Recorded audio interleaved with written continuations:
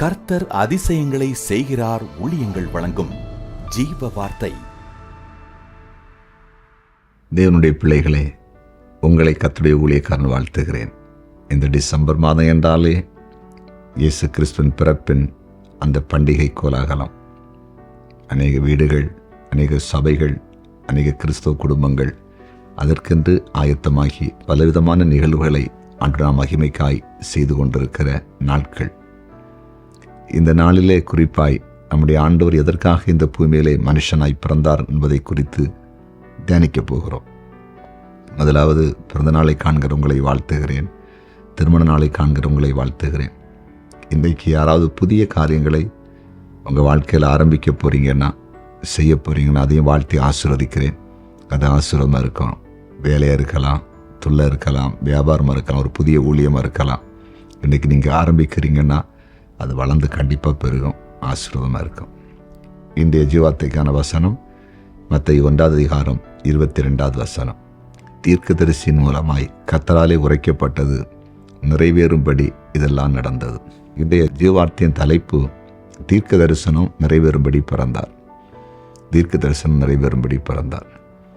ஆண்டவராகிய இயேசு கிறிஸ்து இந்த பூமியிலே பிறந்ததன் மூலம் ஒரு மனுஷ சாயலாய் அவர் வந்த நிமித்தம் தீர்க்க தரிசனம் நிறைவேற்றப்படும். அப்படின்னா இந்த பூமியில் அவர் பிறப்பாருங்கிறத பல 100 வருடங்களுக்கு முன்பிருந்தே தீர்க்கதரிசிகள் தீர்க்க தரிசனம் உரைத்தார்கள்.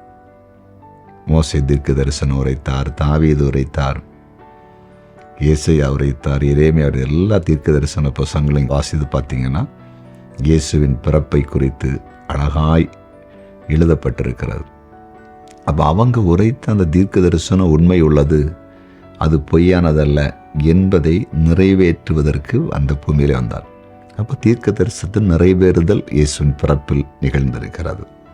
உங்கள் வாழ்க்கையில் அப்படித்தான் தீர்க்க தரிசனத்தின் நிறைவேறுதல் உண்டு. இயேசுவின் பிறப்பு எப்படி தீர்க்க தரிசனத்தின் நிறைவேறுதலாய் அமைந்ததோ, அதே போல் உங்களுக்கும் தீர்க்கமான தரிசனங்களை ஆண்டவர் பேசியிருக்கார்ல, வச்சிருக்கார்ல. அது மாறுமா?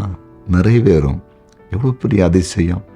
ஆண்டோடைய பிறப்பில் எவ்வளோ காரியங்களை நமக்கு அவர் சொல்லிக் கொடுக்கிறார், எவ்வளோ வாக்குத்தத்தங்களை அதில் நமக்கு கொண்டு வருகிறார். இன்றைக்கு ஆண்டவர் உங்களோடு பேசி கொண்டிருக்கிறார்.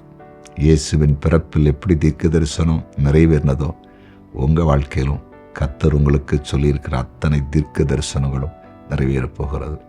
ஜெபிக்கலாமா? ஜெபிக்கலாம். எங்கள் அன்பு ஆண்டவரே, உம்முடைய பிரசன்னத்துக்காய் ஸ்தோத்திரம். இந்த நாளிலும் நீர் பேசின வார்த்தைக்காய் நன்றி. உம்முடைய பிறப்பின் வழியாக உம்மை குறித்து உரைத்த தீர்க்க தரிசனம் நிறைவேற்றப்பட்டது. அதே போல இப்பொழுது அடியனுடன் ஜெபிக்கிற தேவ பிள்ளையுடைய வாழ்க்கையில் என்னென்ன தீர்க்க தரிசனங்களை நீர் கொடுத்திருக்கிறீரோ அதை நிறைவேற்றப் போகிறீர். ஸ்தோத்திரம். பெரிய காரியங்களை செய்வீராக. வியாதிஸ்தர்களை ஆண்டவர் சுகமாக்கும்படியாய் உம்முடைய ஊழியக்காரன் மன்றாடி ஜெபிக்கிறேன். சமாதானம் இல்லாதவர்களுக்கு சமாதானத்தை கொடுத்தருளும். நிரந்தர வருமானம் இல்லாதவர்களுக்கு வருமானத்தை கொடும். வேலை இல்லாதவர்களுக்கு வேலை வாய்ப்பை உருவாக்கி கொடுங்க. ஆவிக்குரிய காரியத்தில் எல்லா குடும்பங்களும் வளர்ந்து பெருகட்டும்.